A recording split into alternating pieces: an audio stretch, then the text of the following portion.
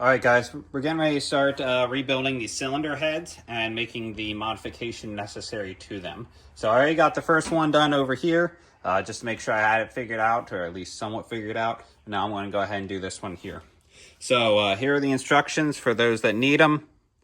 The stock dual port heads require only one modification to make this conversion. The exhaust valve on the pump cylinder must have an additional spring retainer installed. So spring retainer is installed. Here's a page that they give of their design for a spring compressor.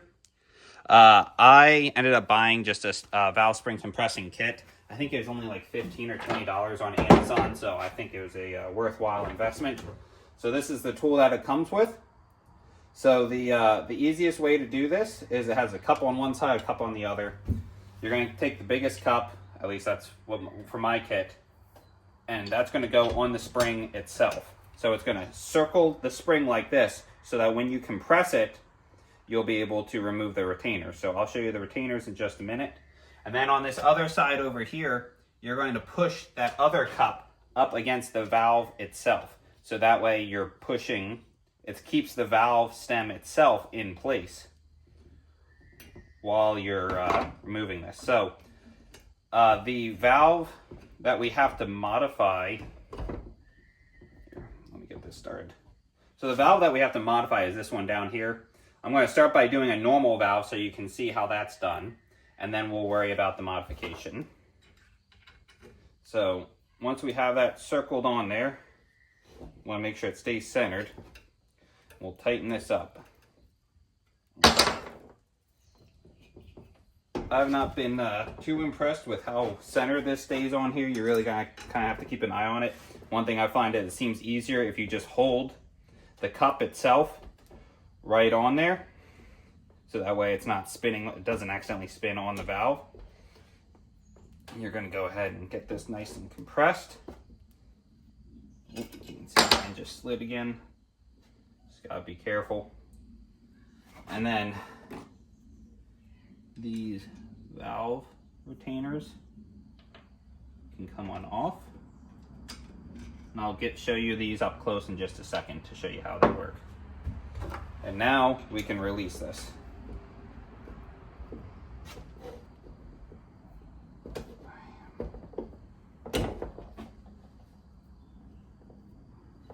Like I said, just be careful because this does like to slide off.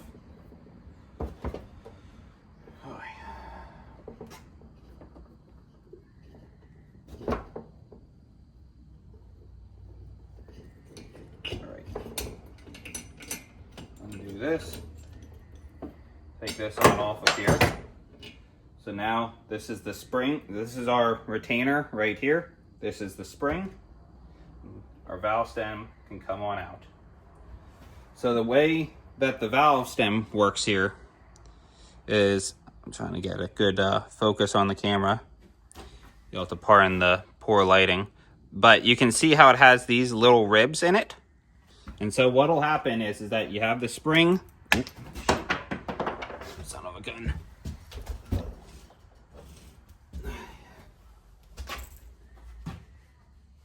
So this obviously goes through the block, or through the valve cylinder head. Then this will sit on top of the spring like so. And these little tiny retainers will slide into those grooves like so. And then when the spring is recompressed, it pushes against that head and secures it in like so. So what we'll want to do is take this back apart. And now the reason we're taking these valves off is you can see that the lip on here is black. It's what you want is you want it to be nice and shiny so that you know that you're getting a good seal. If you have damage on the heads, then it's not gonna, not gonna run quite right. So then you can see, if I can get a good enough picture of this, you can see a little bit of shiny right around that ring, but where you want to get that cleaned up and make sure they're at the same angle. So the way that we are going to do that is there's two ways of doing that. Well, they both work on the same principle. But what you'll do is you're going to take what they call valve grinding compound, and you're going to put it on this edge where you want it to be shiny. So we're going to just dab a little bit of that all the way around.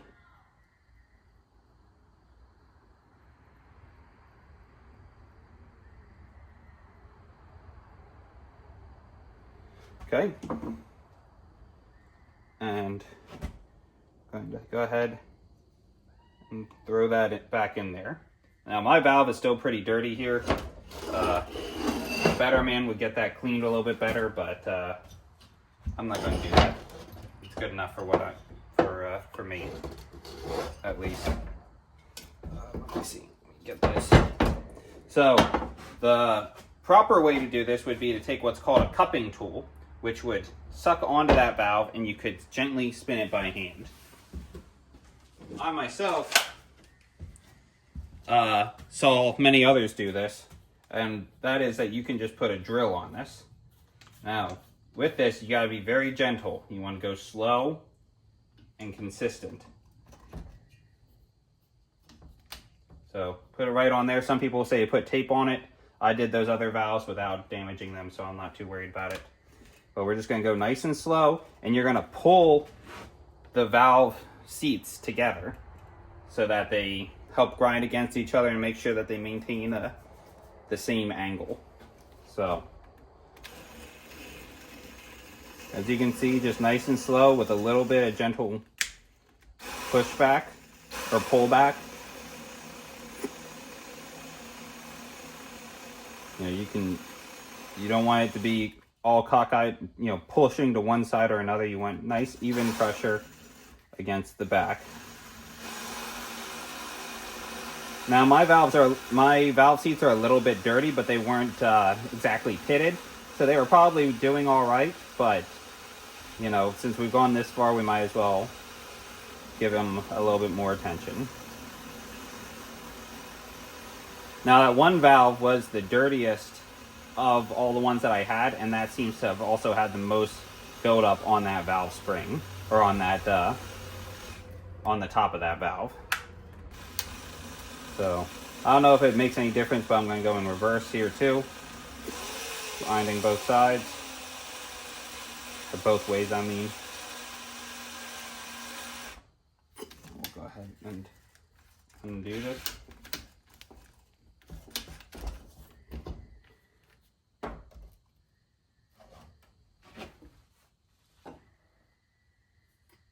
Pull this back.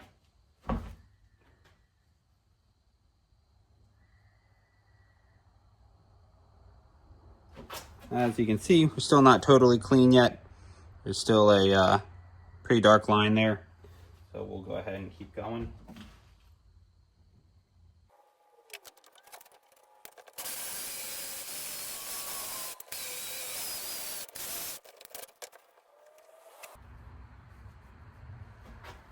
There we go.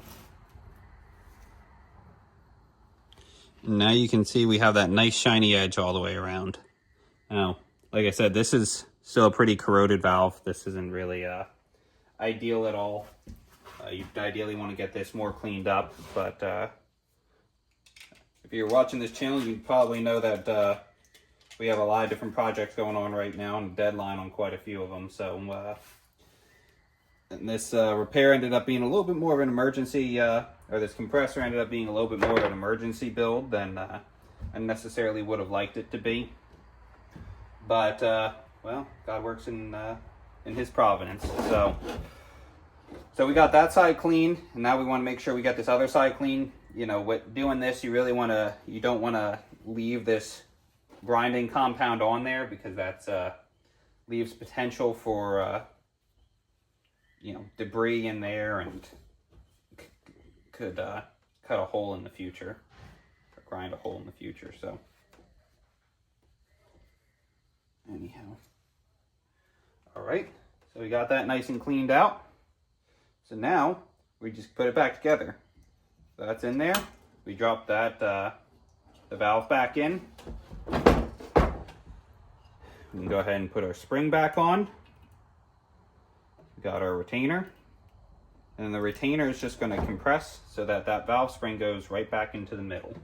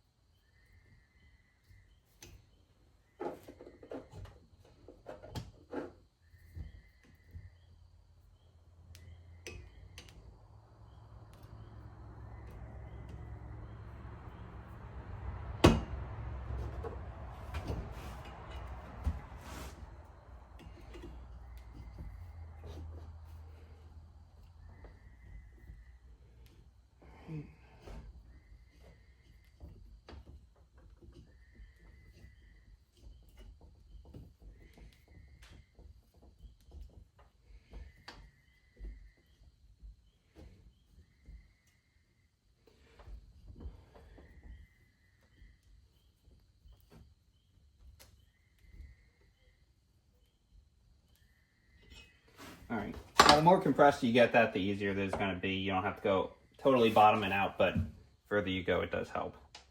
So now the trick is getting these valve seats to go back in. Now what I find is to take this engine assembly lube, and just put a little dollop right on the center here, because what that'll do is that'll help them to stick into place.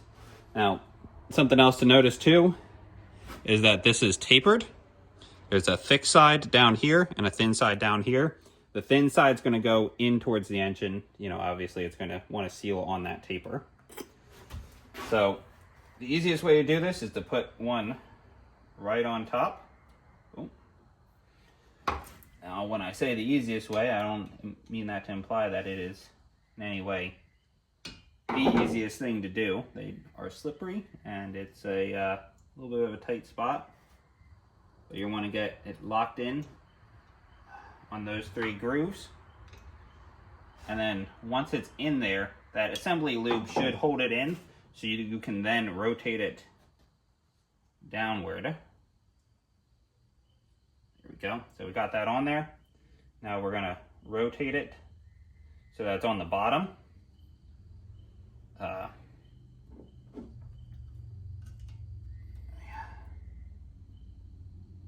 And then we can take our next one, do the same thing.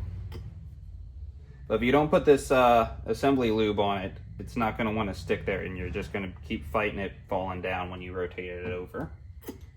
So you're going to want this assembly lube anyway for doing this whole engine rebuild anyhow, so it's a good investment.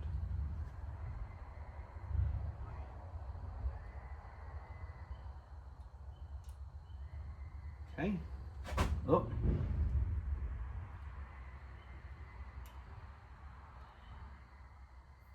And as I say that, bottom one did fall out on me.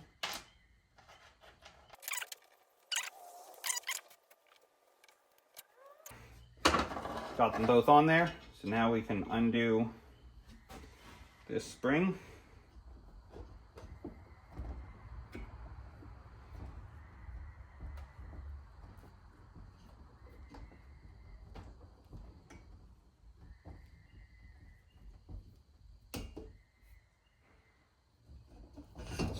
Alrighty.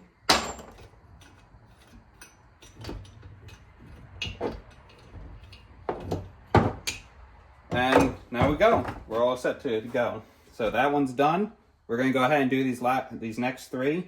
Now on this last one here is where we have to make the modification. So just like how this had this retainer right here, it literally stacks a secondary retainer on top. This has some, that's going to be on the air compressor side. I'm not exactly sure what it does, but obviously the manual calls for it, so we're going to go ahead and do it. But I'll get to the point that we do that before we'll just put it on time lapse so you can see. Oh, and one other thing before I forget, you'll see we have a nice new shiny exhaust thread here. exhaust stud.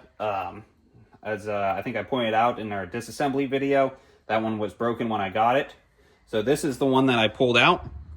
Just a tip for if you ever have to remove an exhaust stud. The first 3 or 4 times that I welded a nut to it, it did not stick. It broke right off. What I ended up realizing is that the stud itself was not getting hot enough to get good adhesion with the metal. So assuming that this was your broken thread sticking out, you're going to want to get it nice and hot and weld, put a glob of weld right in the center of this stud beforehand. So before you put the nut on top. So just build up a little bit of weld so that it's nice and hot and it's focused, and then put the nut on and then weld the nut in. And if it breaks the first time, 2, 3, 4, it might just be what it takes to get that stud heated up. You have to remember it's heating up not just the steel stud, but also probably the aluminum that's around it. So, alrighty, we'll get a time lapse, get these done, and we'll go from there.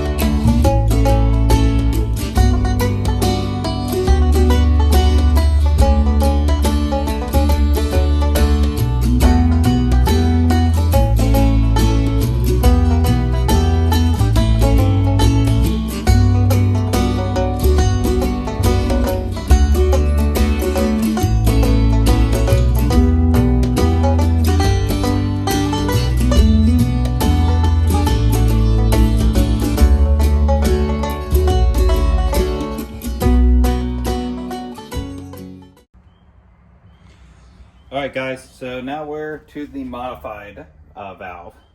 So the kit comes with 2 extra one of these, one to do each head.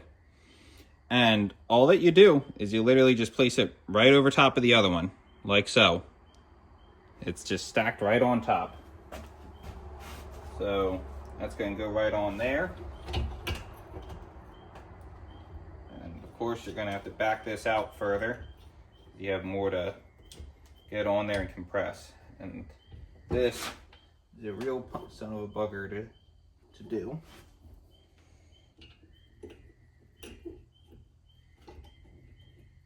All right, we got that on there.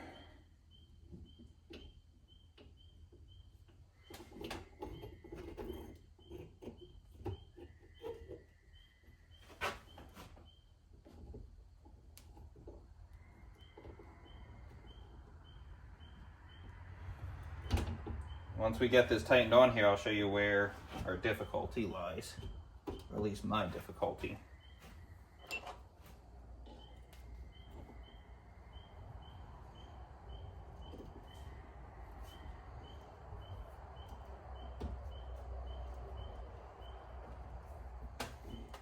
So you can see, since it's just balancing on top of that other one, it wants to keep sliding off. But if you hold it secure, it'll do a little bit better. And now you're going to want to bottom this out as far as you can. I mean, don't wrench on it because, you know, it ain't really good for that. But you do want to get that spring as compressed as you can. And you'll really be able to feel it when you get to that point.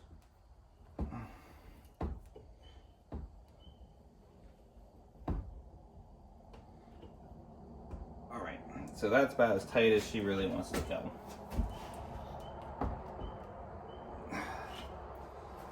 So, you probably can't see real good on the camera there. Let me see if I can zoom you in. But the problem is that this can't go down as far as we did on all these other ones because it has this sticking out further.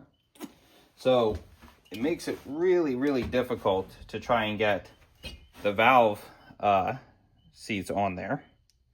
So I spent a really long time trying to do this before, and I just couldn't get it. I could get one side.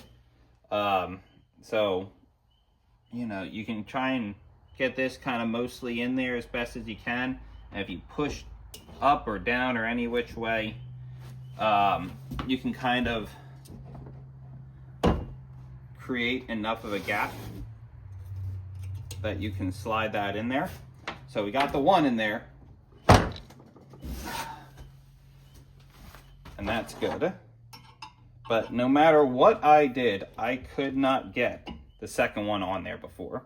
So what I ended up doing is I ended up modifying the second retainer. I'll show you what I mean by that in a second. But I gotta readjust this. So obviously you can't leave just one in there. You can see it'll sit crooked and that's no good.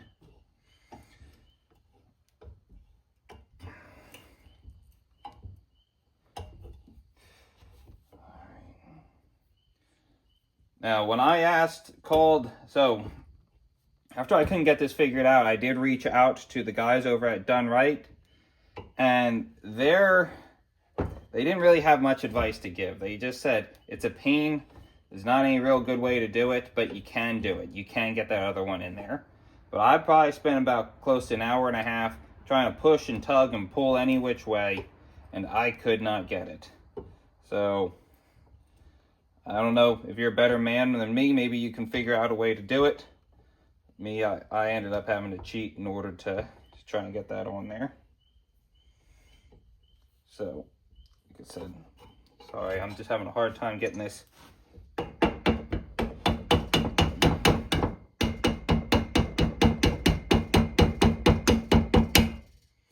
Jeez Louise. Like I said, this really doesn't like to go on there very good because of the nature of it being all out of whack. So let me get this tightened all the way back down and I'll show you again.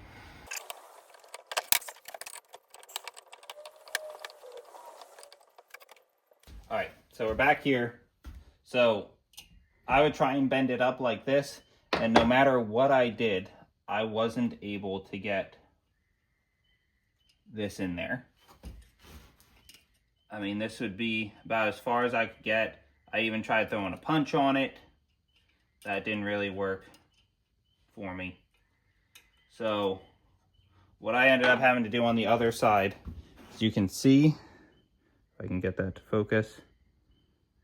Here, let me do this. There we go.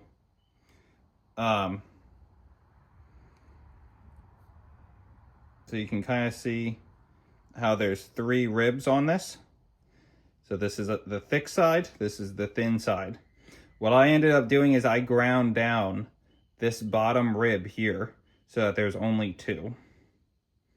So I'm going to take it on over to my belt sander, sand it down so that that first rib is gone, and then that way I'm only left with the 2. Now, this is not what the guys over at Dunn-Right said to do. I can't stress that enough. This is just what I ended up coming up with because I couldn't figure out another way to do it. So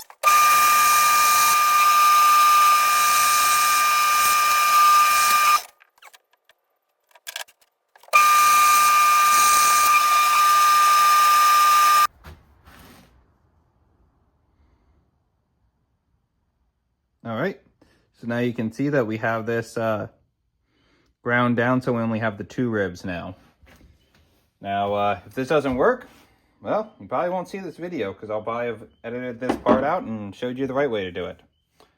But in the meantime, this is the best solution I could come up with for someone who had no other ideas.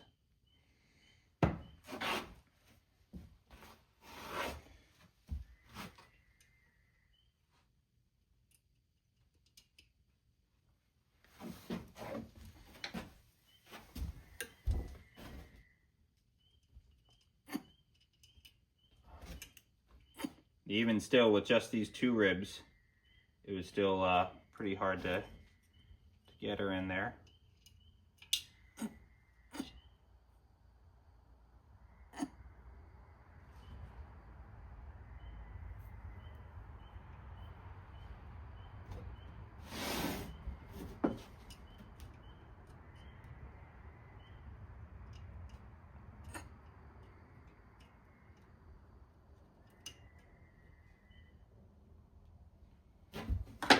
Right, there we go.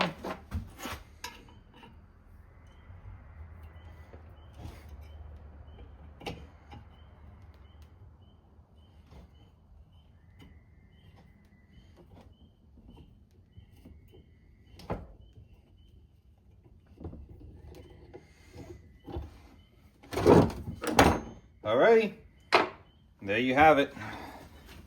That's us rebuilding our heads. You can see it sits normal, like it's, you know. So from there, from the outside at least, you can't tell that there's a rib missing on the 1/2. Like I said, I guess we'll see if there's any other issues that come up with that. But in the meantime, I think we got it. So I'll catch you at the next step of this process.